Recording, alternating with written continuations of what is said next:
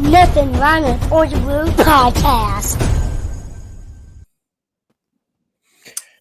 Broncos country, welcome to another exciting episode of the Nothing Rhymes with Orange and Blue podcast. What's up, guys? Hey, I'm your host, Johnny Baki. With me, as always, my best friend in the world, Isaiah Henderson. What's That's up? me.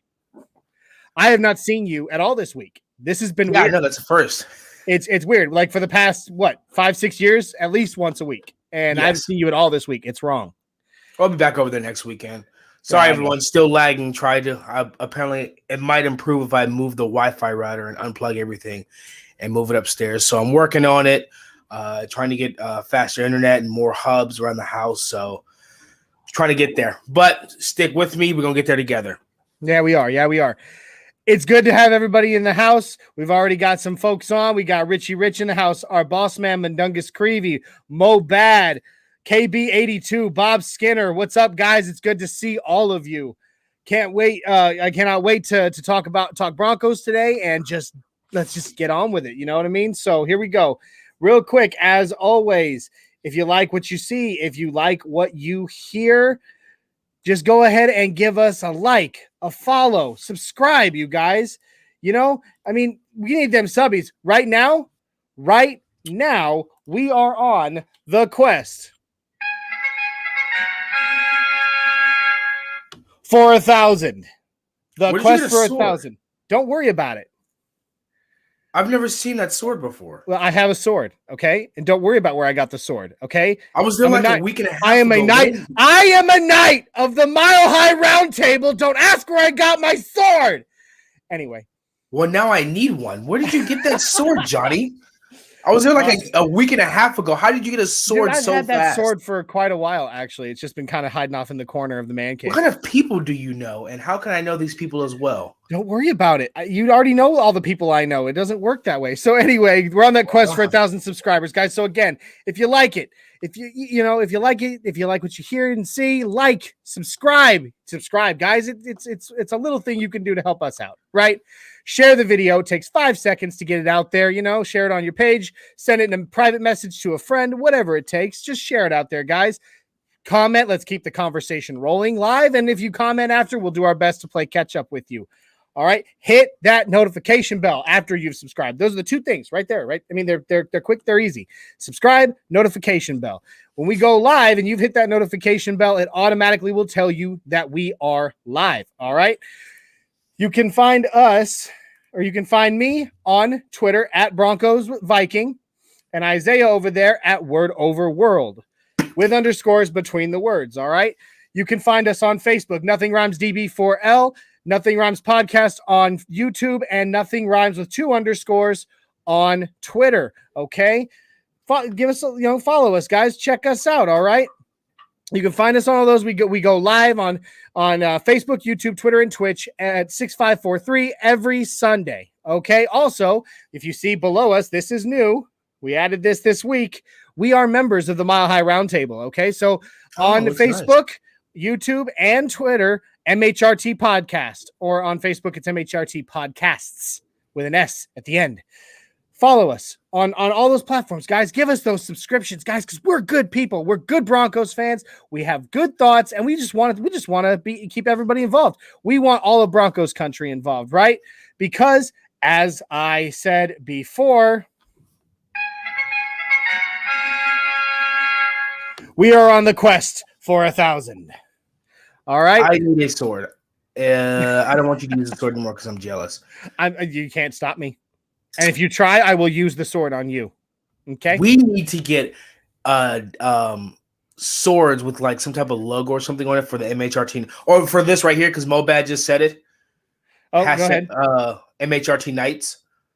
Sounds like a high school football team. There you go. Yeah, it kind of does, doesn't it? Yeah. So I need a sword now, and I'm not going to stop until I get one. You get you a sword, then, buddy. You get you a I'm not sword, stop until I and then I'll get another one because I have to one up you and have to have more than you. I don't know where do I get? We got Rich in the house. Good evening, Mundungus. What up, yo?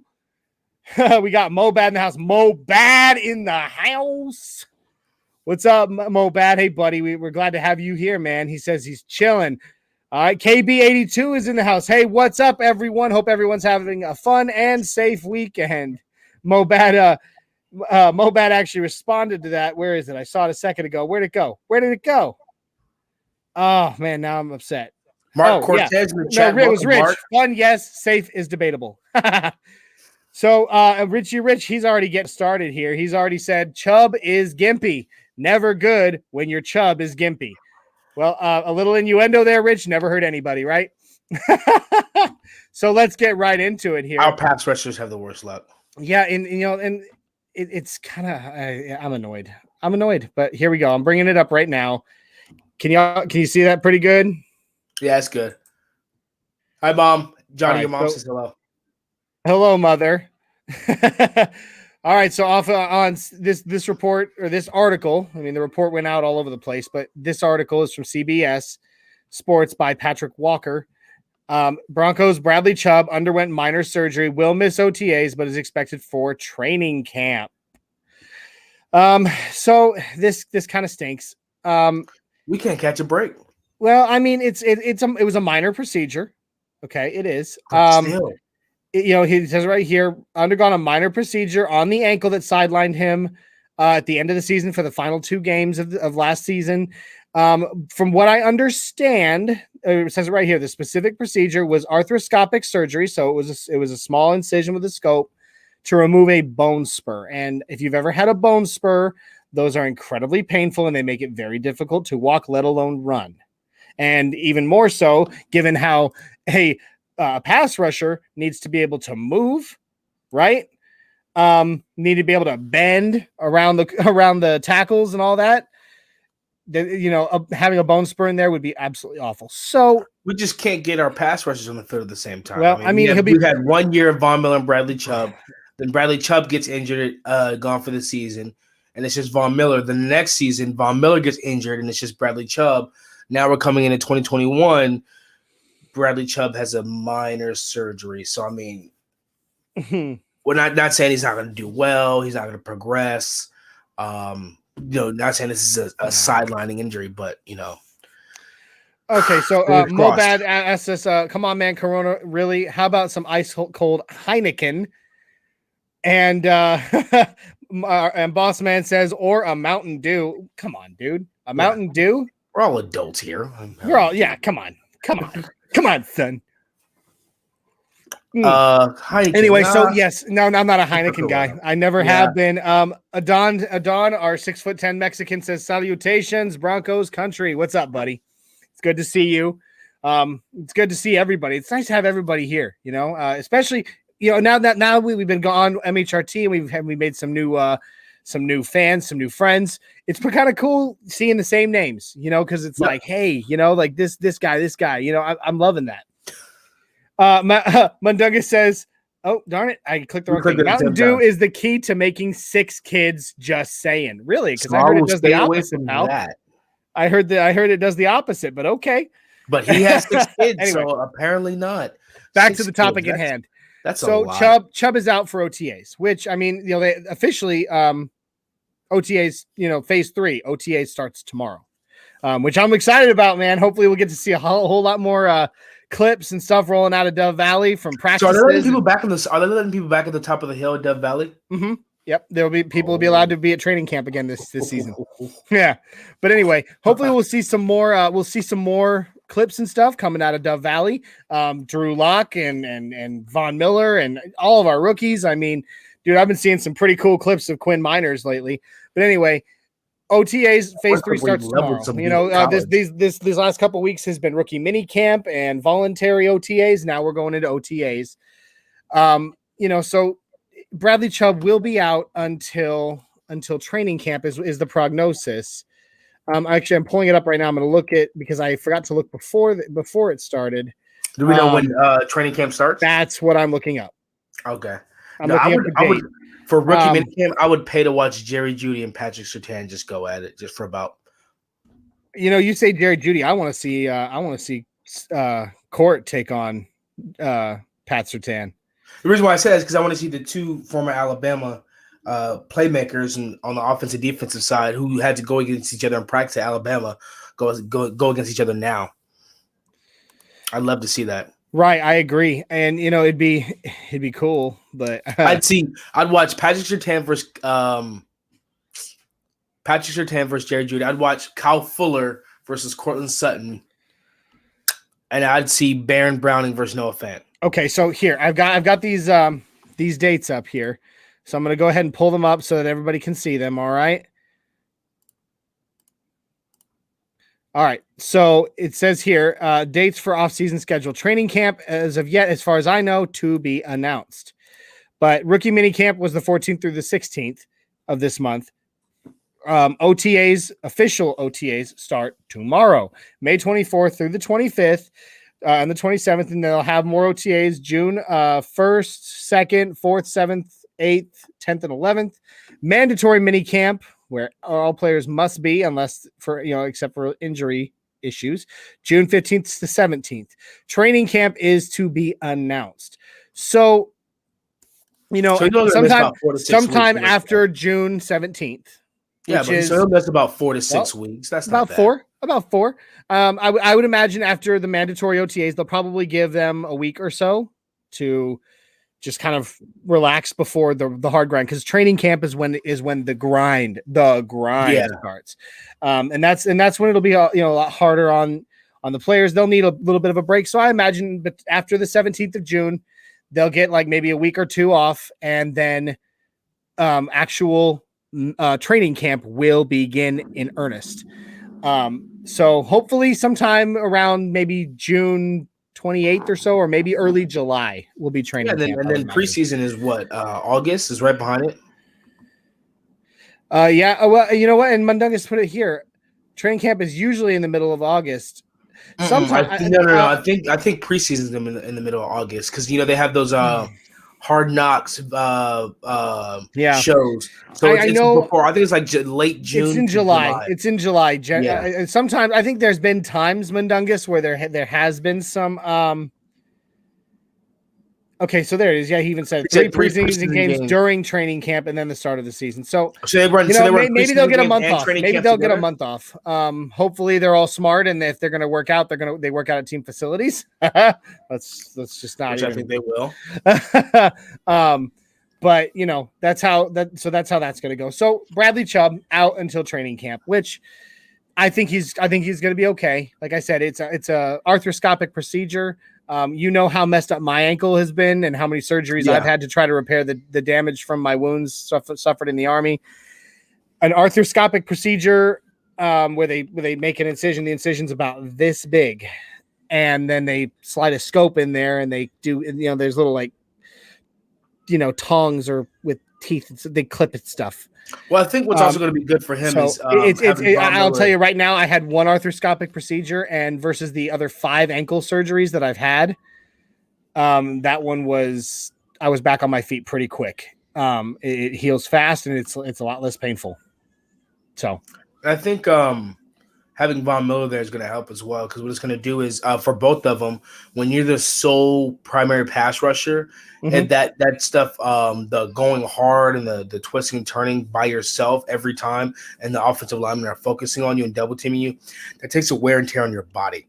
Agreed. But when you have Von Miller on one side and Bradley Chubb, and offensive linemen don't know, they can't double team one or the other, your body's not putting as much pressure and as weight and as much resistance as you normally would by yourself. I mean, they're both coming off injuries and surgeries, so they're just going to have to recover. And it's also good to have Mike Purcell coming back from injury as well, because that's going to put pressure on the interior and be able to collapse that pocket with Shelby Harris and Draymond Jones. Yeah, and so they're going to be able to collapse that pocket and get some tension off the edge rushers. Absolutely, I agree. I think having a healthy Vaughn. And it's still to be seen whether or not he's going to be the Vaughn of 2015 or the Vaughn of 2018. There is a big difference, between the two. But I think having a healthy Von Miller and a healthy Bradley Chubb, at least will take pressure off of each other for sure. I mean, because teams are going to be having to decide who to double team, and when they're double teaming the other one's gonna eat the offensive line on their side for lunch, at least. Hopefully that's the plan. So I think it'll help. it does suck that the very injury that Bradley Chubb sustained that knocked him out from being able to play the last 2 games of of last season, that we had been made to believe that he had finally come back from, has now caused him to have to undergo the knife again and be out for a little while. But it is what it is. We can't. All we can do at this point is speculate. And why did they wait so long to have this surgery? I mean, honestly, an issue. Honestly, I mean, it more than likely he might have tried to push through the pain, and it wasn't deemed necessarily severe enough or something like that. And then it just started. Maybe it got aggravated and got worse and worse. So they did some imaging or something, and they're like, "Oh snap! There's a bone spur in there now." It could be any number of things. I mean, honestly, he could have not even reported it. You know what I mean? Like he could have been like, "Oh, I'm gonna fight through this. I'm not gonna tell anybody until unless it gets so bad, I just can't do this." Well, good thing is that it's a minor. It's minor. It's a minor procedure. It's any procedure, any invasive procedure sucks. What's Mike Purcell's recovery time? I don't know. I'm going to look that up. Why don't you go ahead and look that up? I want to know because him coming back because it definitely hurt us when he left because we can tell because the rushing yards per game increased for the other team. So it definitely helped having him there because he's a good run stopper. I agree, Bob. Straight up, been waiting forever to see them on the field at the same time. Agreed, brother. I mean, it's been way too long, and it's just. I think we're gonna be okay. I really do. I mean, like I said, I'm a for those of you that have been with us for a while, that I'm a veteran. That Isaiah and I are both veterans, and I'm a disabled veteran. I don't walk very well. You can ask that guy over there. I don't walk so well. You walk like a penguin. You shut up. Nobody asked you. Anyway, it hurts. I live in a constant state of pain, and there's even days that I walk with a cane or and things like that, or a walking stick, because it's the only way that I can get through my day sometimes. I've had a lot of procedures on my ankle due to the wounds suffered in Afghanistan, and here I am, fighting through it. And like I said, I've had an arthroscopic procedure. I've had it done, and compared to the other 5 procedures done on that part of my body, I'll tell you right now, it only took me a couple of weeks really to get back into it, because it was so minimal, with very little physical therapy required to get back in the swing. So again, minor, but Mobad says minor, but he is nervous about it for some reason. I mean, That's scary. I don't know what to say. It is scary. But hope he's a professional athlete. He loves the game. He loves to play. So hopefully, I honestly think we're going to be okay, Mobad. So report Danny Trujillo. I don't know if I recognize this name. Is this a new one for us, Isaiah? Yeah, Danny? It's a new one. All right. Welcome, Danny. Danny. It's nice to see a new name on Nothing Rhymes with Orange and Blue, buddy. Welcome in. It's nice to see you. Report reveals John Elway's mad response to NFL forcing Broncos to play Saints without a QB. Yes, I saw an article about it. I haven't actually had a chance to read it yet. I've been very busy. As Isaiah, he and I've talked at length about this. My son has been very sick, and I've been in and out of Children's Hospital all week with him. So I have done my very best to keep up on Broncos news this week, but unfortunately, being a father has definitely taken precedence this week. And no, not unfortunately, honey, if you're watching this, I didn't say unfortunately. This week, being a father took precedence over Broncos news. So I haven't actually had a chance to read that article yet, but I'm sure he was. I'm sure he was absolutely beside himself and livid, because I agree. I believe I know that we all said it, Isaiah, when that happened, that, oh, come on, the Patriots have violated the COVID Patriots, Ravens stuff multiple times, and nothing's happened. But we've one thing, and we play without a quarterback against one of the best teams in the league. You got to, we were mad, and I agree. If I were John Elway when I was when he was general manager, I would have been absolutely on fire, man. We got another new name that looks like to me. This one's on Twitch. This is our first ever Twitch comment. George Angels, I believe I'm saying that right. George Angels on Twitch says hello. Welcome, George. We got Vic in the house. Hey, I'm trying to pull up that article. So the Mike Purcell. I understand sometimes as Broncos fans, we never look at the defensive, the nose tackle or the defensive tackle. But when it comes to running game and putting pressure on the interior of that pocket, it looks like his timeline, because apparently that foot injury was actually really, really bad. He's got a plate and a couple screws in it. So now he's going to battle back. Danny, was that Danny that brought up the John Elway comment? It was it was Danny Trujillo. I'm trying to find that article now. While you do that, I'm going to respond real quick to Vic and Mobad, who give me praying hands. His response is hopefully the latter half of the back half of the offseason to return. So hopefully we should have him. I think we will. Back. I think we will. Real quick, I want to address this. Both Vic and Mobad have given praying hands, praying for my son. Thank you, Mobad. And you know what? Real quick, Mobad, we have to, buddy. I'm pretty sure it's happened on every Broncos podcast in existence so far, but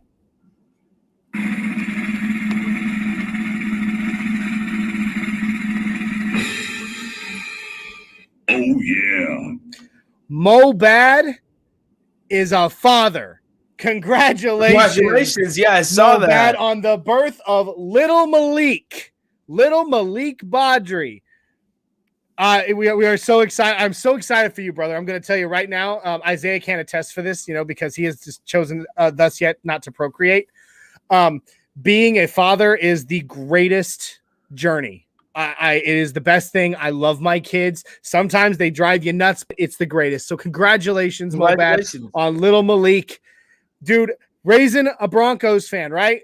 And correct me if I'm wrong, he's named after Malik Jackson, right, Mobad?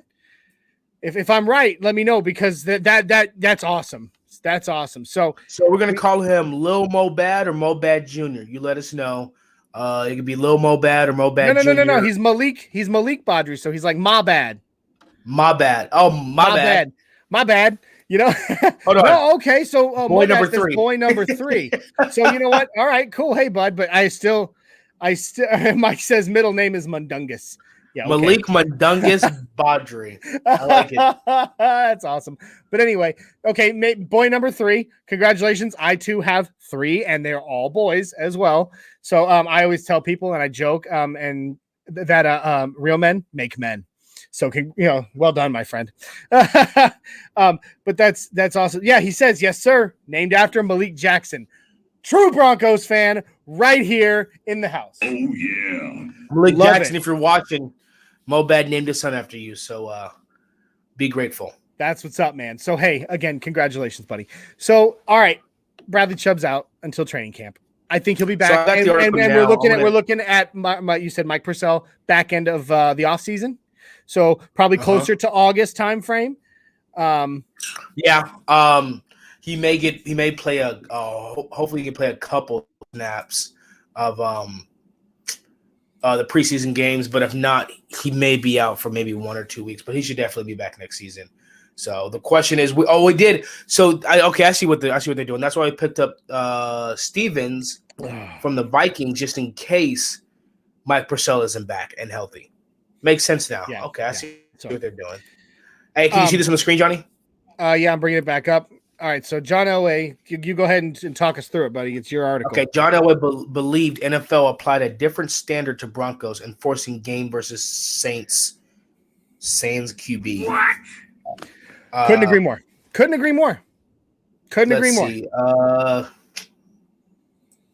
go down here. Since we hadn't actually had a chance to read it, but while you find what you want to read from the article, yeah, if for those that don't remember or weren't paying attention, real quick, Bob Skinner says having grandchildren is the best.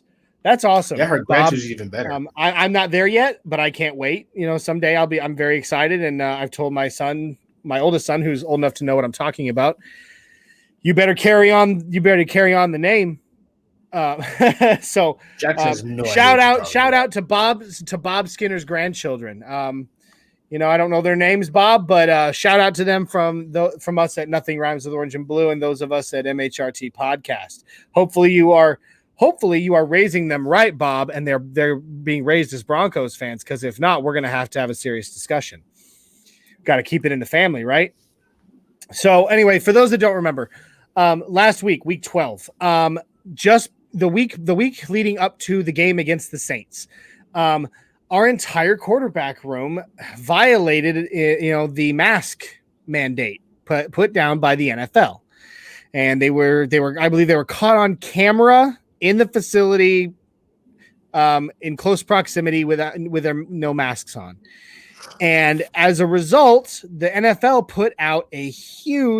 made a huge deal out of this, even though multiple teams had been seen violating this policy and violating other COVID policies and things. Nothing had really been done, at least not that it had been put out there. But the NFL sought to make an example of Denver, and we were not allowed to. And all of our quarterbacks were placed on the non-eligible to play, the non-eligible list for that game. I don't think anyone has ever seen. Ever, but that's okay. The Broncos never in history. Come back next year. Never in history. And I can't remember the kid's name. I can't remember the kid's name who started at quarterback for us that game, because Kendall Hinton. Why is Lily from AT&T on my screen? I don't know. It just pops up. This. Okay. Yeah, get here. I'm taking it down until we get it fixed. Basically, what happened? We had to start. What was his name? Kendall Jenkins, right? Something like that. Kendall Hinton. Thank you. I don't know why I said Jenkins. Kendall Hinton was forced to start week 12 at the quarterback position for the Broncos. Now, he put his whole heart and soul into it. I will not take a thing away from him there. You go, Kendall. You pushed. You gave it everything you had, but you were not a quarterback. He was a practice squad wide receiver who I think had played some snaps at quarterback in his freshman year of college. So we did the best we like that. Yeah, at Wake Forest. So we did the best we could with in a bad position. I got the you can pull up the article, Johnny. I'm back on screen. Yeah. Oh, Mundungus says it. Oh, here we go. Hold on. Bob Skinner said it. Yes. All of them wear orange and blue from birth. Did my job. That's right. Don't ever let them convert either. Don't ever let them convert, Bob. That's what's up, man. Mo Bad, he throws out there, like the video. To those of you that haven't already, just come on, man. Mash that like button. Smash it. It takes a second. Click that like buttons. And then I won't do the sound right now. I won't do it. I want to, but I won't. We're on that quest for 1,000, guys. So hit that subscribe button as well. All right. Thanks for reminding them. Caddy 22,920. Yeah. Talking about Lily from AT&T. She's next door sexy. Caddy says, yeah. Well, you know what? Welcome. First off, welcome. Welcome, Caddy. Caddy. Welcome. I was going to call you Caddy. I'm not going to throw in the numbers. Welcome, Caddy, to the Nothing Rhymes with Orange and Blue podcast. Nice to have you aboard. Mike says that means AT&T has to sponsor us now. Yeah, so the goal is AT&T, but first, before that, we're going to get Corona to sponsor us. Johnny, we're going to keep doing this until they do. It's Corona time. Cheers to you, my friend. Cheers to you, my friend. Okay, so the article. Love it. All right. It says Saints general manager Mickey Loomis had told Elway he didn't mind delaying the game until Monday or Tuesday, which could have allowed some or all of the quarantining trio of quarterbacks to return. Elway believed that the league was applying a different standard to the Broncos than it had to the other teams in similarly impacted instances, and felt sickened that the product was being cheapened to the paying customer, but his arguments were rebuffed. I got a little mad about that, Elway recalled. Yeah. Well, I hung up on the league office. I said, Don, I'm sorry. I've had enough of this. I'm hanging up. At least I did it respectfully. So at least we finally know now how John Elway felt and, how he went about it. We all felt the same way. We all did. I mean, you and I talked about it for days. I've never seen that before. Because it's never happened before. Never in the history of the NFL has a non-quarterback been forced to start at quarterback in a game. Ever. Don't worry, we're going to get our revenge. You Super know, Bowl I think 2021. I think maybe back in the 70s, and I can't remember. I'm not even going to try to look it up right now. I think back in the 70s, there was a game when all the quarterbacks got hurt, and somebody that had played a few snaps way in the past had to jump in and sub in. But never in the history of ever From has a beginning to end. non-quarterback been forced to start a game. And not only, and carry a team. And again, it's not like we were playing against the Jacksonville Jaguars or something. We were playing, they're in the NFC, but we were playing Potential Super Bowl. We're playing a potential definitely Super Bowl contender, and we're doing it without a quarterback. It was the most devastating and embarrassing routing I have seen, at least in my adult life. As a fan of the Broncos. I mean, I've been a fan of the Broncos my entire life. 3 years old, I was at the games with my grandfather. So I mean, I'm a lifelong Broncos fan, but I'm just saying, like, never ever has that happened. It was shocking. Yeah, it was, to say the least. Munduga says, yeah, but if we get sponsored by Corona, wouldn't YouTube take their cut for having Corona in the video? It's a vicious cycle. Yeah. Something's better than nothing. Something's better than nothing. It's whatever. I just like my Corona. Okay. I like my Corona. And Mobad apparently is a Heineken guy, and that's okay. We still love you, Mobad. I've had a couple Heinekens. They're not, the greatest in the world. Right. But anyway, so, I mean, we can move on from that. I mean, it's a nice fluff piece. It's not current news at all. I guess finding out how LA felt about it when he was in that general manager slot, that's new news. But the whole situation, that's, as to what happened with all that, that's not new news. Yeah, EJ in the house. EJ, another new name to us. I think he's been on. I'm pretty sure he's been on Broncos Talk, but this is the first time I'm seeing EJ, welcome, EJ. on Nothing Rhymes with Orange and Blue. So EJ, welcome to Nothing Rhymes with Orange and Blue. It's nice to have you in the family, brother. And Richie Rich says, "Ain't no Guinness." So apparently, we're going to talk lots of beer on this episode. I like Guinness, Rich, but only when I'm really hungry.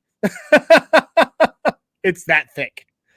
Well, I'm now, because of you, Johnny, I'm now a fan of Blue Moon and orange pills. Oh, Blue Moon with a good orange slice. Oh, orange slice. That's what I meant. Orange pill. Yeah, a good Belgian white with some citrus behind it. It's fantastic.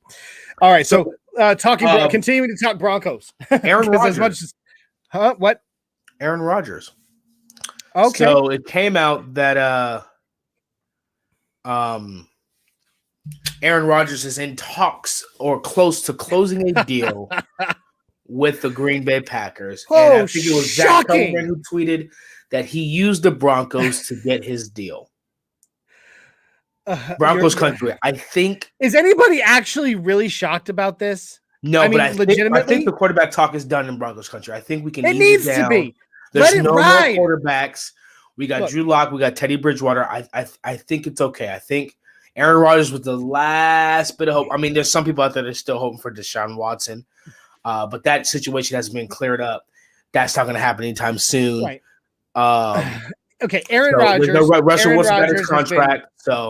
Aaron Rodgers has been all of the talk in Broncos country since draft night. I mean, that news broke the night of the draft, and nobody was even talking about the upcoming draft in a few hours. It was all about Aaron Rodgers coming to Denver. Look, Aaron Rodgers is a diva, okay? And most legendary quarterbacks are. Peyton Manning, John Elway, Tom Brady, they're all divas, okay? They are. They and you know what? They have the right to be because they are who they are.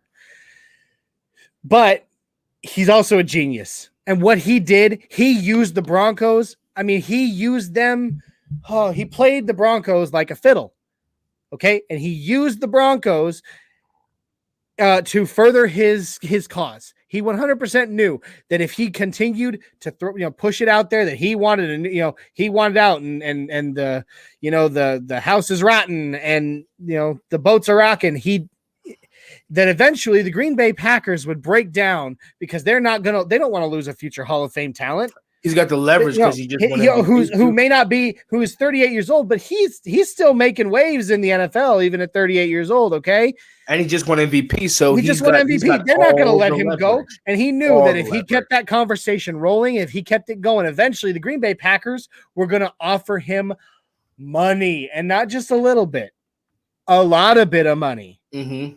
And he got it. It's exactly, and it's like I said, I'm not surprised by it at all. Whether they're in talks, but yeah, I'm not either. He let Broncos country go up and getting their emotions and getting their feelings about it, and then not happen, which I knew. So I think the quarterback talk is done. We can all get on and support our quarterback Drew Lock and Teddy Bridgewater and move forward. Mundungus says with the James and Hamilton injury situations, he's talking about Jawan James and Deshaun Hamilton. What do you think of the amount of players that showed up at voluntary minicamp? Is that the number? Is that where it was like 40-something people showed up at minicamp? 70. I think that's fantastic. What it tells me is that, hey, that sucks. We get it.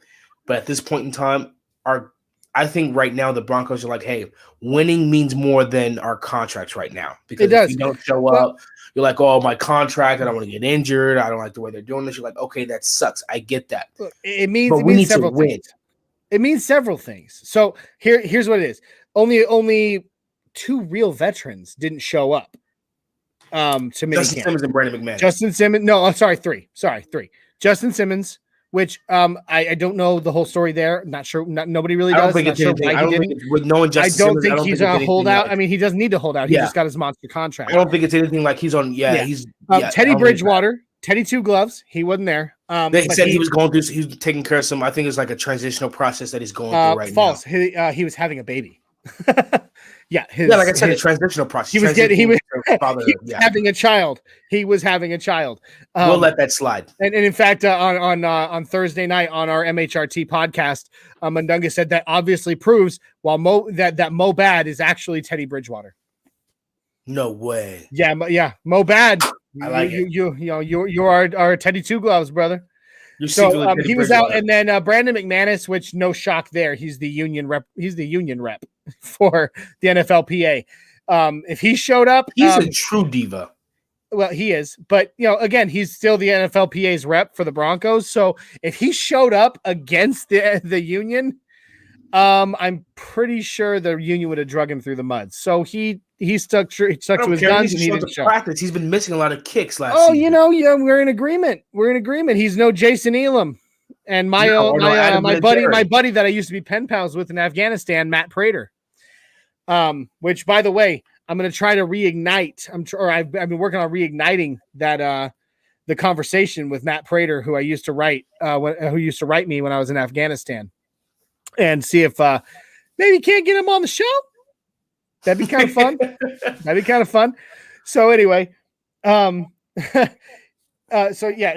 says it right here. Having a child is greater than football, which is true. That's why I said we'll let that slide. So Justin Simmons, for whatever reason, disagree, Caddy. For whatever reason, disagree. Teddy Bridgewater for having a kid and Brandon McManus for NFLPA. Look, a true quarterback would have wheeled his wife to the 20-yard line and made her push while he took reps at the 50. Okay. No. So I have a confession to make. I don't think Drew Lock has the starting position. I think he's more serious. I think he's legit. Actually, that's one thing I want to talk about too. Was the video came out? The video after the podcast. So, short clips. But I don't think Drew Lock has that in the bag. I think it's going to be a real quarterback competition. I agree. I mean, hot take. Drew Lock is not the perceived starter. No, there's no starting quarterback. Okay, here's how it is. I believe, and this is my opinion, it is Drew's job to lose. Okay? In my opinion, I don't think it's anybody's job at all. Yeah, maybe. I think it's really a blank slate. We have no quarterback on the board. You guys fight, and whoever, it's your job to win. And if you win it, it's your job to lose. I really don't think there's any starting quarterback, neither Teddy Bridgewater nor Drew Lock. But let's talk about that video. I wonder if I can pull that up because you go ahead and try. Caddy says that was PC. Yeah, I'm kidding, Caddy. Okay, I'm a father of 3. Having a child, definitely trumps, showing up to mini camp or voluntary OTAs. But I think that was Matt Prater that did that. I don't think Jason Elam made a 60-yard field goal, did he? False, Isaiah. Again, youngin. You would probably not remember when Jason Elam set the NFL record with the 63-yard field goal. Matt Prater tied it. No, Matt Prater broke it at 64. That's right, he did, but he tied it first. He tied it before he broke it. But anyway, Jason Elam set that record. I believe Jason Elam set that record in 98 or 99. I can't remember. The Broncos are good at getting kickers. Mm-hmm. Anyway, back to what Mundungus was saying real quick. What do I think? What do I? You kind of answered. I'm going to go ahead and answer real quick what I think it means about all the players showing up. What do I think that means? I mean, I think it's two things. I think on one hand, I agree with Isaiah. A lot of them are like, they're starting to jump on the bandwagon of, look, winning is more important than appeasing the union. Yep. On the other hand, I think a lot of them are scared. I mean, they're sitting there looking at their money, realizing, hey, if I could sit here and appease the union and keep these people that claim that they have my back happy, but if I get hurt, I don't get paid. And again, I mean, if you don't win, listen, money makes the world go round, period. I mean, I hate it. I hate money. I think ultimately at the root, at its root, money is evil. Love of money is the root of all evil. Yeah. Love of money and love of wealth and power is the root of all evil. So, it is what it is though. I think it could be, I think it's a bit of both, but some are very passionate about the team and wanting the team to succeed and be winners. And then I think some are probably also just motivated by the, Richie Rich said it right here. And we got to do it. Show me the money. I mean, it's all about that. So it's all about that money. Where were we? Oh yeah. Rich was talking about why it's so easy to kick those long field goals. It's because the Broncos have thin air and it's a mile high. Yeah. The ball flies further. It's a known fact. At altitude, the ball flies farther. So, but even with that, Rich, don't you dare tell me that Jason Elam was not an incredible kicker. He absolutely was, and so was Matt Prater. He was. I don't know why. The only reason we got rid of him because he did, because he popped hot on a urinalysis for marijuana, I believe. That's funny. So they cut him, and then Detroit. And then unfortunately, he got sucked into the black hole that is Detroit. That place is between that and the Dolphins. Oh my god, Mundungus. I hate money too. That's why I chose to never have any. That's good, brother. I like that. Yeah, and Rich finally, Rich, he broke down. Both of those two were great, and they were. I mean, Jason Elam, I remember standing in line as a 9-year-old for hours to get Jason Elam's autograph. He was awesome. Caddy says kickers only matter when they can win games. Yeah, probably. Yes. Anyway, cutting. I agree, Caddy. I mean, an extra point here, an extra point there. Whoop-de-doo. When the game is on the line and they can kick that game-winning 55, 56, 57-yard field goal, that's important for sure. Elam was a great kicker, helped us win 2 Super Bowls. He was fantastic. So back to the video. Drew Lock. We had not just Drew Lock. The videos that have been coming out of Dove Valley this week have covered a little bit of everybody. We've gotten to see our rookies. We've gotten to see some of our veterans. Short snippets, nothing major. And again, it's a stripped. It's a sterile practice. Okay, they're not wearing pads. Okay, they're rocking the thin jerseys and the shorts, and they're running, and things like that. There's no pressure, there's no tackling, anything like that. No contact, which that's fine. It's early in the off season. We need to keep our people healthy, right? But we've seen some pretty good things. I mean, there's been some beastly views of Quinn Miners and the belly of the beast. That's a big son of a gun. He is massive, dude. He's gonna be. You know what? He's gonna be like homeboy for the Colts, Quentin Nelson. I agree. Quentin Nelson came out his rookie year and has been a Pro Bowler every year since he's been drafted. I have a feeling Quinn Miner's going to have to be the same way because that dude's just huge for a center.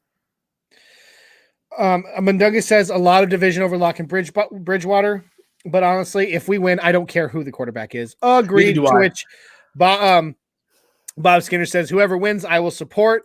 True, orange and blue, Broncos fan. Love it, brother. So we've seen some cool snippets. Like I said, Quinn Miners has just been from what we've been able to see, the short little clips we've been able to see of him doing pads practice with some of his coaches. Dude's, I mean, he's killing. I think Cushenberry lost his job. So I honestly believe that he's gonna probably, from what I've seen, I want to see him at center. Yeah, and with him, because I mean, Dalton Reisner's a beast already. Yeah. When he's hungry and he wants the, he needs to step it up this year, though. He needs Gladstone Dalton Reisner needs to step it up. But anyway, we've also seen some of our veterans. We've seen some of our wide receivers taking making some good catches. Jerry Jeudy making some good catches. Noah Fant, Cortland Sutton back on the field. Oh my God, it was so good to see Court on the field. I didn't see the videos. How's he moving? He's looking? Moving at almost full speed. I think they're holding him back a little bit just to keep him safe. Because now's not the time to go 100%. Now's not the time to push 100. Not the time to push 100. Okay, they're running like it's a marathon, not a sprint right now, and that's good. And so then we've seen Von Miller. Von Miller's looking. He's looking hungry, man. He's just got this. He's just got this power, and dude, he's jacked. He's still, even after like last season, we were so excited about how jacked Von Miller looked going into last season. Mundunga said they wanted him at about 85%. So yeah, I agree. 85% is that ain't nothing to laugh at. That's almost 100%. So if he's doing good at 85%. Rich says he tried to order the Belly of the Beast t-shirt and it wouldn't ship to Canada. I've got you, Rich. I'll order it and I will send it to you because that's what family does. So anyway, so we've seen that. Cortland Sutton's been looking good. Von Miller, he's just ripped, man. And he looks hungry. He looks ready, man. And I really hope that he stays completely healthy all the way. I just hope into the season. I hope for Von Miller that based on what we've seen here and what we see next, or what we saw at the last time he got hurt and came back from an injury. I hope we see that Von. My God, I hope we see that. I hope our defense puts the fear of God in teams, and we just come back for all that trash talking they've been doing. Agreed. All this year, but all these articles, all these people. I hope Colin Cowherd goes on TV. Colin Cowherd, call him what he is. He starts crying, and Drew Lock is in the running for MVP, and Cowherd has to say, you know what, I was wrong, I apologize. I just want redemption on the highest level. I want to go 16-0, 17-0, and win the Super Bowl. That's what I want. Sorry, Colin Cowherd, we do not accept your apology. Okay, you did this to yourself, sir. So this Broncos country, this video came out, and Broncos Twitter immediately erupted. And there were some, for the most part, for the majority, there was good, positive. It's the first time I'd actually seen positive Broncos Twitter in quite some time. Last time was it the signing of Kyle Fuller?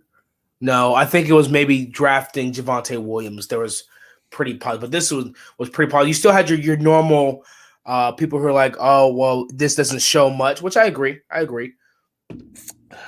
But can you get it to play on this? Yeah, I can get it to play. All right, play it. Set it up. I'm trying. How's it look on your screen? Frozen. I haven't pressed play yet, Johnny. Okay, well, there you go. That's why it's frozen. All right, well, go. All right. It's freezing up, though. It's doing that stupid lag thing. Yeah, no, you know what? Just cut it off. We'll just talk about it, okay? Because we're not getting any good feed on this. Well, now we are. No, we're not. It's choppy as heck, dude. It's maybe just your end. Well, my end. It's choppy. It's choppy. Yeah, so we all know Drew Lock has been training with Peyton Manning, and boy, has he been training. Well, I mean, okay. Look, we this is where we have to be careful. On what we've seen, the short like I said, all we've seen of any of these players thus far is short snippets, that little 3 to 5 second clips of them doing But in the something. short snippet, Johnny, we were able to see that It looks Drew good. Lock It changed looks his good. stance. Yes, saw but him here's the real question. He's doing it in practice at 85% speed or whatever. He's not doing it at full speed with zero pressure. Okay. Can he actually instinctually? It's because it can't be, if he's going to do this, you know me, I'm a huge Drew Lock fan, and I am all about me some Drew Lock, and I want him to succeed 100%. But if he's going to succeed, it has to 100% become instinct. He can't think about it. He can't take the time to say, okay, I'm going to drop back and I'm going to stop on my right foot and I'm going to turn this way. I'm going to throw off my back shoulder.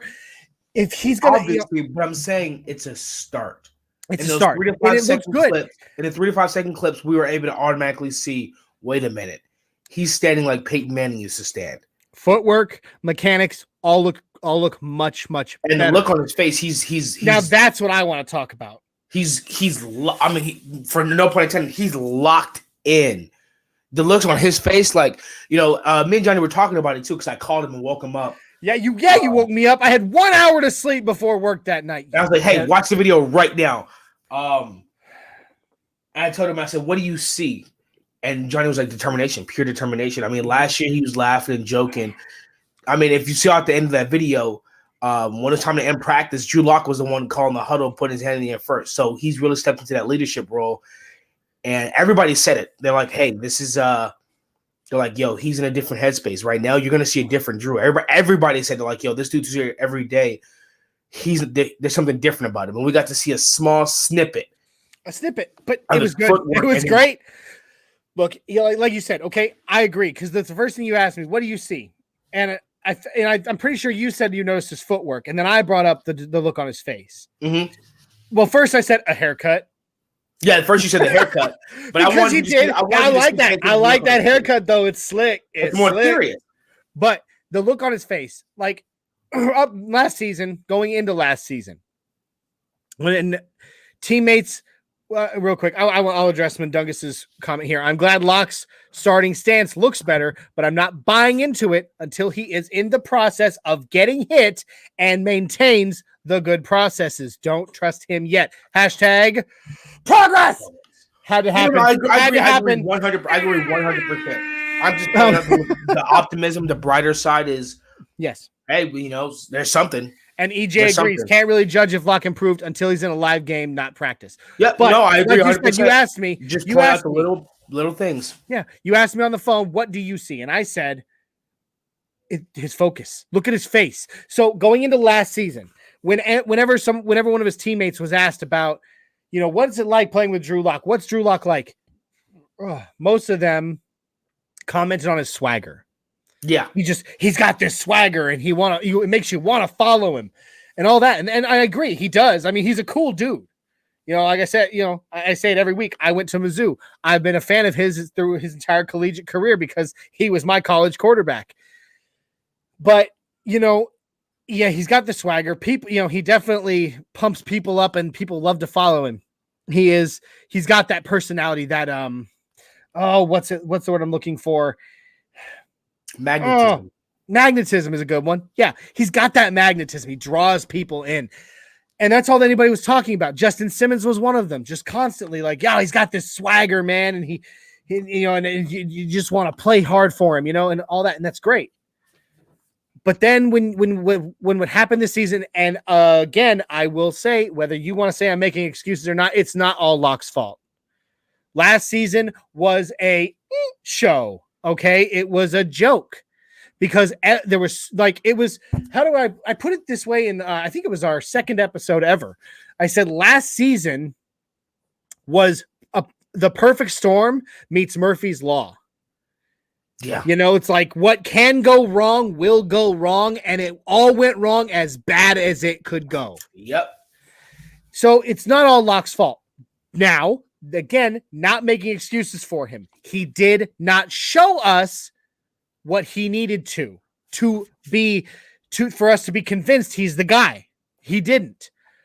But and I say but, this, like last season going into OTAs and training camp, when they would put out videos, show Drew throwing, he had that same giggly little smile on his face that he did when he was on the sideline rapping Young Jeezy. Okay, it's cool, it's fun, it's swagger, and people are like, dude, that's wicked, but it doesn't matter. Okay, but once they put out this video, the look on his face was pure. It was pure determination. There was no, not that I don't think you can have fun and play, but 100%. There was no like look of just like pure like, I'm smiling and I'm happy. It was like, I'm at work. I'm at work, putting in work. There was determination. There was power. It was intense. The look on his face was nothing shy of intense. And that's what I want to see. You want to be my franchise quarterback? You get that intensity, bro. And once you got that intensity, you keep that intensity. Because once you start winning games, nobody's going to say jack squat about your swagger being off. Okay? Like right now, everybody's talking about how he has no right to show that swagger because he ain't shown it. And they're right. They're right. We once we start winning some games, you start winning some games, dude. You sit on that sideline and rap Young Jeezy. Nobody's going to say nothing about it because guess what? You're winning the game. Exactly. It looked great. It was really cool. Caddy says, I'm sorry. And that's the problem with most young QBs. Can they make a play when their first, second reads break down? Agreed, Caddy. Look, I think, he's sitting down. He's been training. I don't know how many days a week. It doesn't, whatever, with Peyton Manning, with the most cerebral quarterback to ever play the game. Nobody could read a defense like, and it pains me to say it. I'd take nothing from Tom Brady. Okay. He's always been, he is, he's the GOAT. He's the GOAT. But nobody, and I mean nobody, not Tom Brady, not Patrick Mahomes, not Aaron Rodgers, not Joe Montana, not John Elway. I could go on and Joe Namath, on and on and on. Nobody has ever been able to read a defense the way that Peyton Manning did. Nobody. He read opposing defenses like a book with the intelligence level of a speed reader. Yeah. No one has ever been more cerebral, and Peyton has been sitting down and working with Drew Lock on that. I'm praying. I am shouting to the heavens, please, God, let Drew translate some of what Peyton Manning can impart upon him to the field. And we already saw one small piece of it rubbing it's off. Not enough. It is nowhere near enough for us to say, okay, well, he's my quarterback. He is my starting quarterback. No, that's why I said earlier. There is no starting quarterback. It's not there yet. We're not there yet, but it's enough to give me a little. It was a snippet it was some snippets of clips. In the clips on that video, he threw to. We saw him throw to Jerry Jeudy, who ran an excellent route and caught the ball on a dime. We saw him throw to Jerry Jeudy. We saw one to KJ Hamler. We saw one to Noah Fant, and I think one to Sutton, and one to Alberto. And all of those snippets, they were just snippets, but those snippets give me just a snippet. I don't know what is a snippet. A small. We keep using the word a snippet. What's a snippet? A small. I don't know. Small example. I want to get a dictionary now. I feel like I need to go pull out a Webster's and find and look up snippet. Yeah, a small sampling size. Those snippets within the video gave us a snippet of hope, and it's just a start. And I personally, because I am a glass, when I said it on MHRT.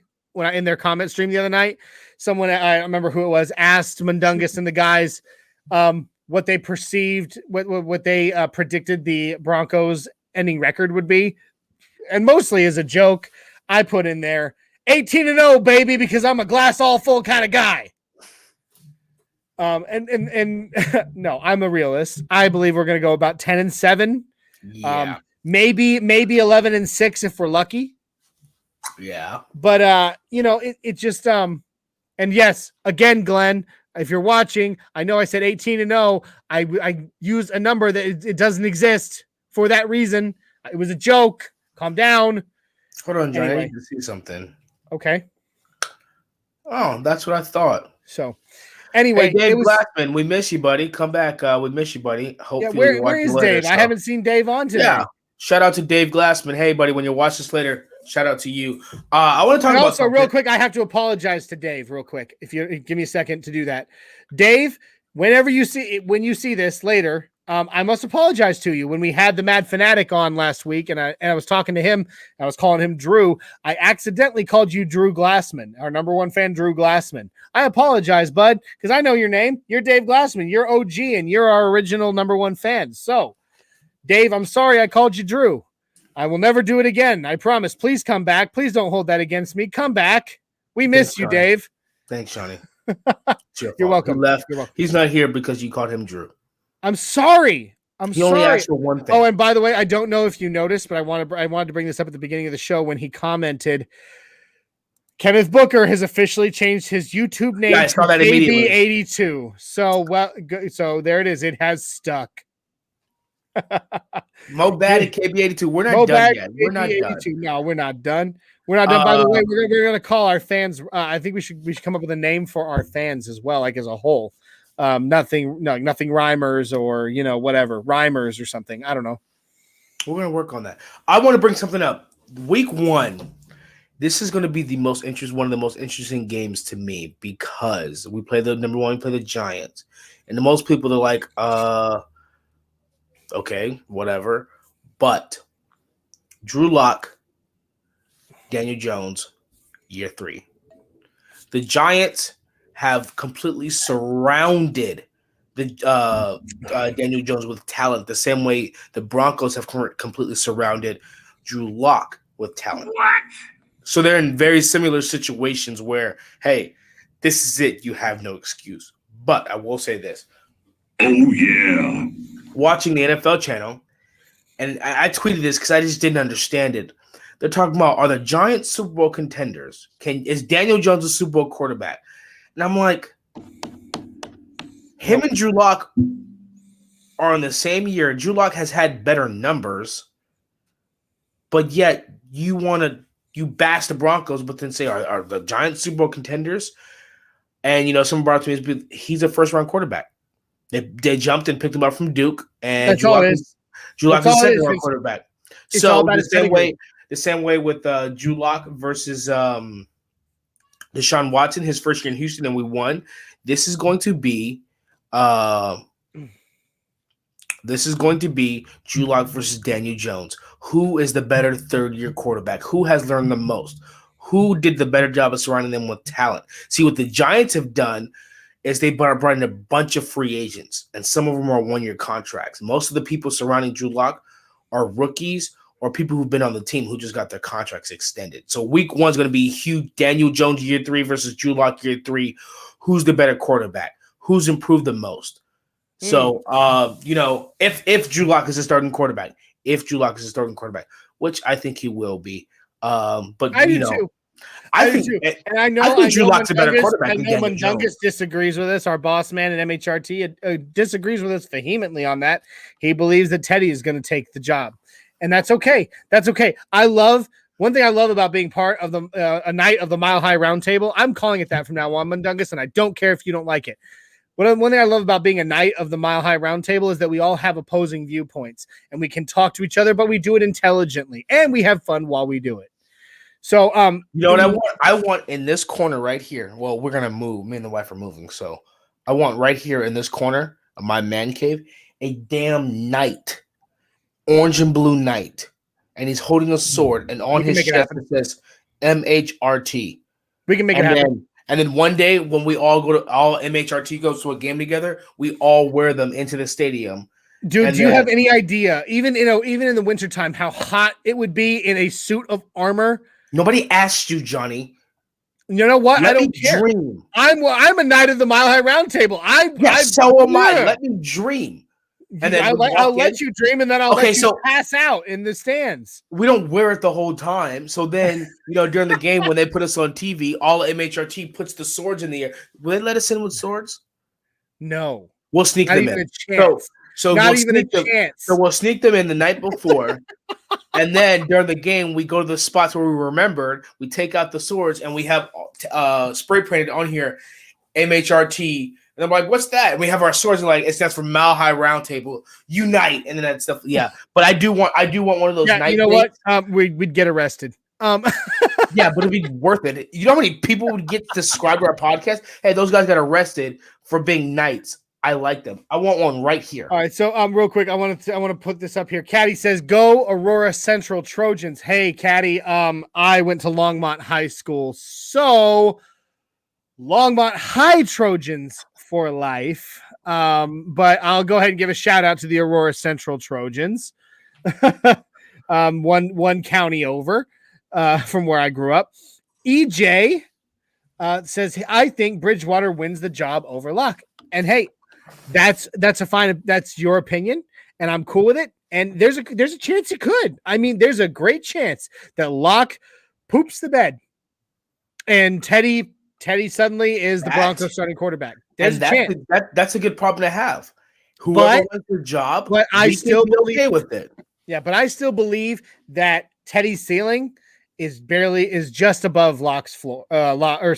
Teddy's ceiling is just above Locke's floor. I think Locke is going to silence a lot of haters.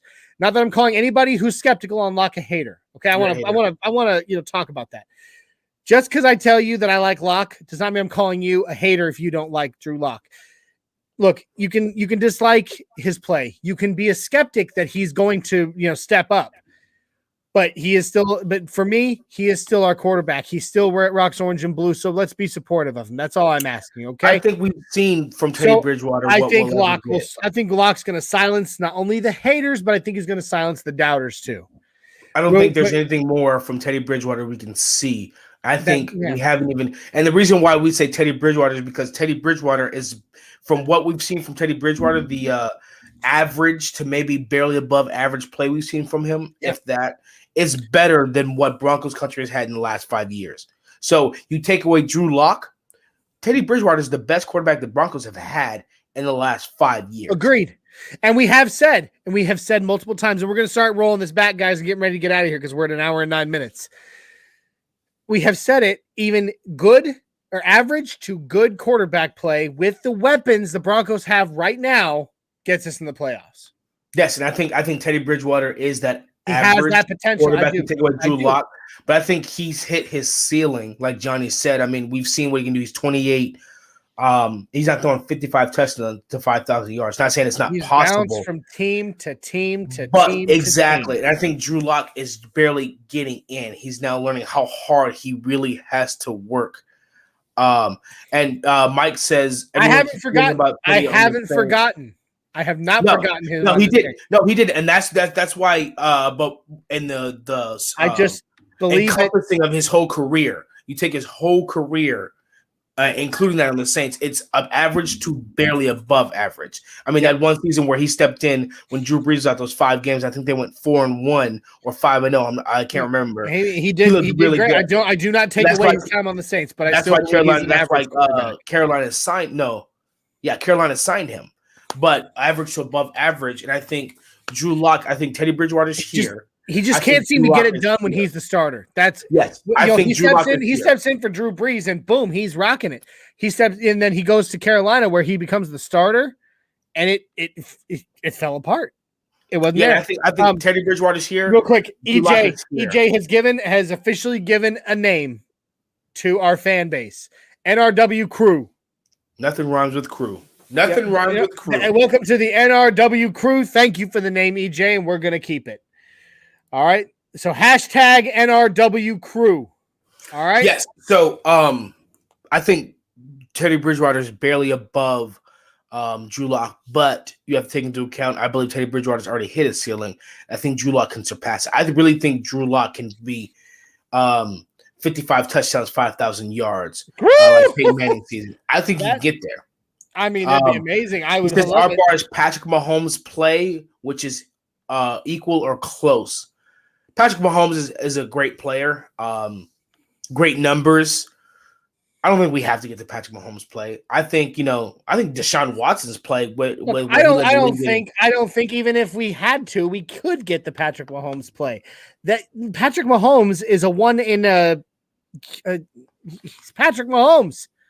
It's just, the odds of getting anything like Patrick Mahomes play is very low. Hot take. Got a hot take, Johnny. Press the button. Oh. Bridgewater had a better season last year. Unless Locke can make a huge leap this year, I guess we will see. That wasn't even the hot take. I was going to say a hot take. Oh, so what's the hot take then? Here. Hit the button again. I think Patrick Mahomes has hit his ceiling. Woo! What? Yeah. Oh, man. I think his 50 touchdown season, I think the Buccaneers gave them a blueprint. I think everyone in the NFL has seen what he can do and what he's capable of. I think they've also seen the blueprint for defense of how to shut him down. And a 50 touchdown season is rare. I'm not saying he's going to just fall off the cliff, but I'm saying he can't get any better. Therefore, he can't go any higher. He's hit his ceiling. And you cannot keep that Chiefs team together for that much longer. So, hot take, Patrick Mahomes has hit his ceiling. Oh, yeah. We'll work on that. Ceiling. Yep, I don't think he can go any higher than he's already at. 3 years in the league. The first year he went to the AFC Championship. No, he backed up Alex Smith. Second year he went to the AFC Championship and lost Tom Brady, but won MVP. Third year he won the Super Bowl. I think his fourth year. But I got the numbers wrong. He's been in two Super Bowls. But I don't think he can go any higher. Numbers. I'll make this our last point before we start rolling it back and getting out of here. Let me ask you this then. Okay, you say that that's his ceiling, but I mean, couldn't it just be that even his floor is just? I'm not that I'm preaching him up because he's the Chiefs quarterback, which drives me crazy. But the point is, he is Patrick Mahomes, and I cannot take that away from him. Isn't it possible, of course, that his floor is just so high that he got those things at that time, and then he just has the sky could still be the limit for him? I think it's possible. It's a hot take. Possibly. That's why we call it a hot take. That's why I hit the button. But one thing I will say about Patrick Mahomes is that he's going to have to learn that Cam Newton, Deshaun Watson has to learn. He takes a lot of hits, and it's because he's trying to make that play, which is fine if you're trying to make that play. But that takes a toll over time, and instead of rushing out the pocket, you immediately turn into a pocket presence quarterback. You don't rush out anymore because your body's taking such a beating. And you've been hurt so many times, you've been hit so many times, you decide to stay in that comfort zone, in that pocket, and you don't rush out as much as you want to or as much as you can.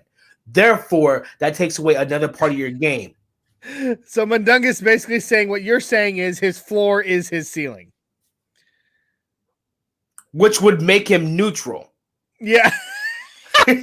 His floor is his ceiling. Like I said, y'all, that's a hot take. Which makes him great. Which makes him great. His floor being his ceiling. We hit that button when there's a hot take. All right, and you're right. He was injured going into the playoffs. And he made the Super Bowl. But those hits that he took, like Cam Newton took from Von Miller, that sticks in your brain. You don't want to run around as much anymore. You don't want to wait to the last second to try and make those plays. Now you will do that if they're coming, if it's coming to fruition. But they were dropping.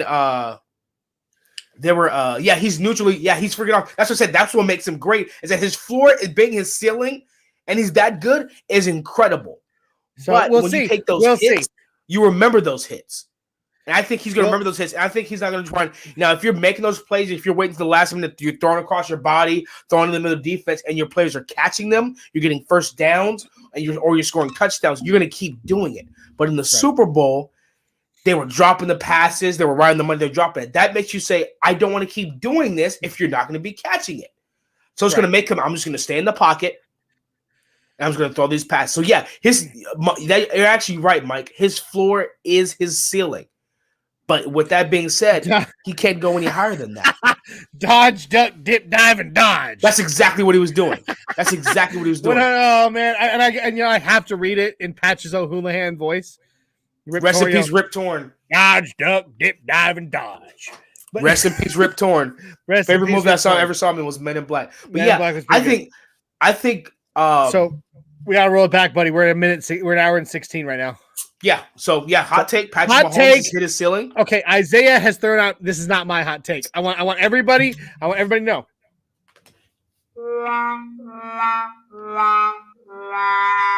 Hey Johnny, watch this Not clip. my hot take. This Johnny, this clip is is gonna get Isaiah's posted. hot take. He believes Patrick Mahomes has hit his ceiling. This don't clip's believe gonna get that. posted, Johnny. Watch. This clip's gonna get posted. Somebody's gonna take this clip, post it. It's gonna go viral. And all of a sudden, SportsCenter is gonna pick it up, and I'm like, "Are you kidding me? Who is this guy? It's gonna be great." Oh, yeah. You know, look, I think Patrick Mahomes has shown us a lot. Oh, Adon says, "Great show, fellas. Love you, Adon. Love you, brother. Love you, brother. Look, so I think From a 5'5" black. that I think Patrick Mahomes has shown us a lot. And do I believe that do I believe the sky is still the limit for him? No. But I don't believe he's shown us his ceiling. Not yet. I don't believe that at all. I believe he's got more to show. Yeah. I believe he's got more to show.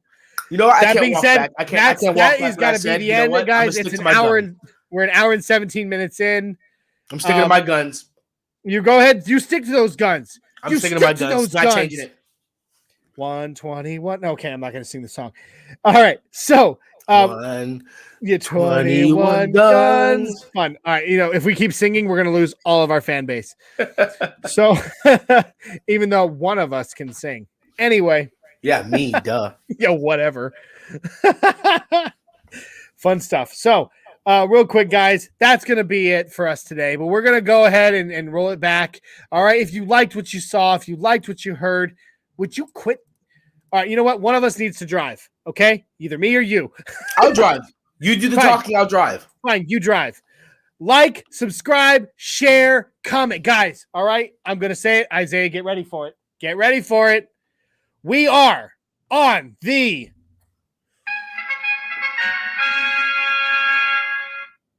quest for 1,000 subscribers. Wait, we looked the wrong way. God. Okay, so it's this way. Yes, ready? Let's do it one more time. Ready? All right. I need a sword. Oh you're going to get a sword. We are on the quest. The Got it. Knights of the Mile High Roundtable are on a quest for 1,000 subscribers. This quest, there's your, all right. Yeah, there you go. There's your scissors. We are the Knights of the Mile High Roundtable, and we are on a quest, a God-given quest for 1,000 subscribers. Help us on our quest. If you have not already, can't do it without you. If you have not already, subscribe, like, follow, share, comment, guys. I'm bringing this up right now. Look, we are on multiple. Oh, EJ says, "Great show, guys." Thank you, EJ. Muhammad Badri. Ugh! Flexing those guns. Awesome, Welcome guys. again, Thanks for coming in. See you next time. Caddy, See you next Sunday. make sure you hit that sub button before you get out of here. Muhammad Mobad gives us peace.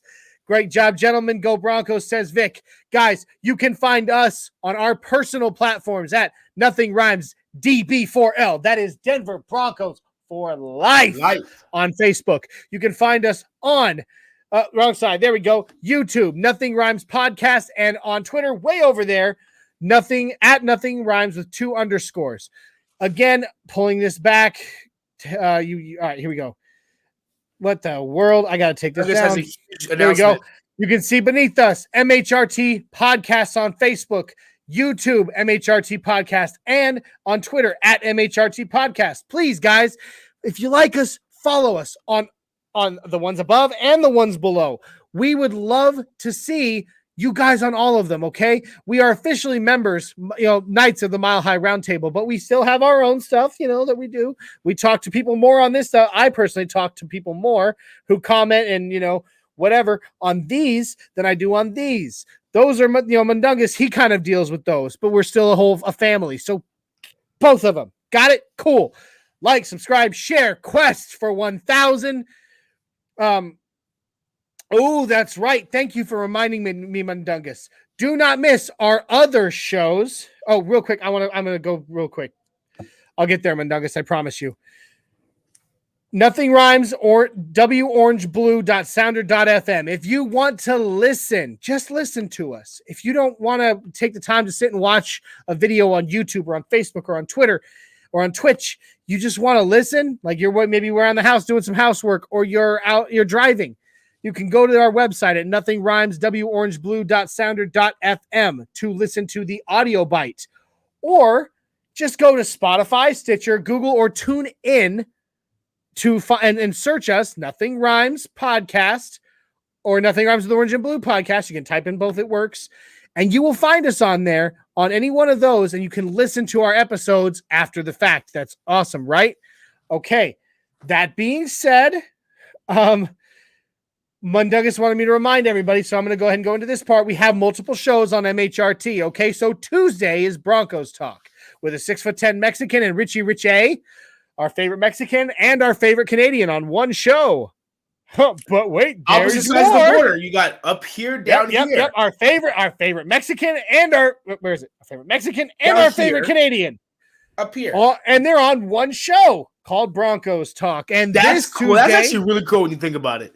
it is. Well, he's And not this, from Mexico. well, I mean, so well, he's not from, he lives in Chicago, but Yeah, it's okay. he's from Chicago. He's but still our favorite Mexican, Yeah, he's Adon. Mexican, so yeah.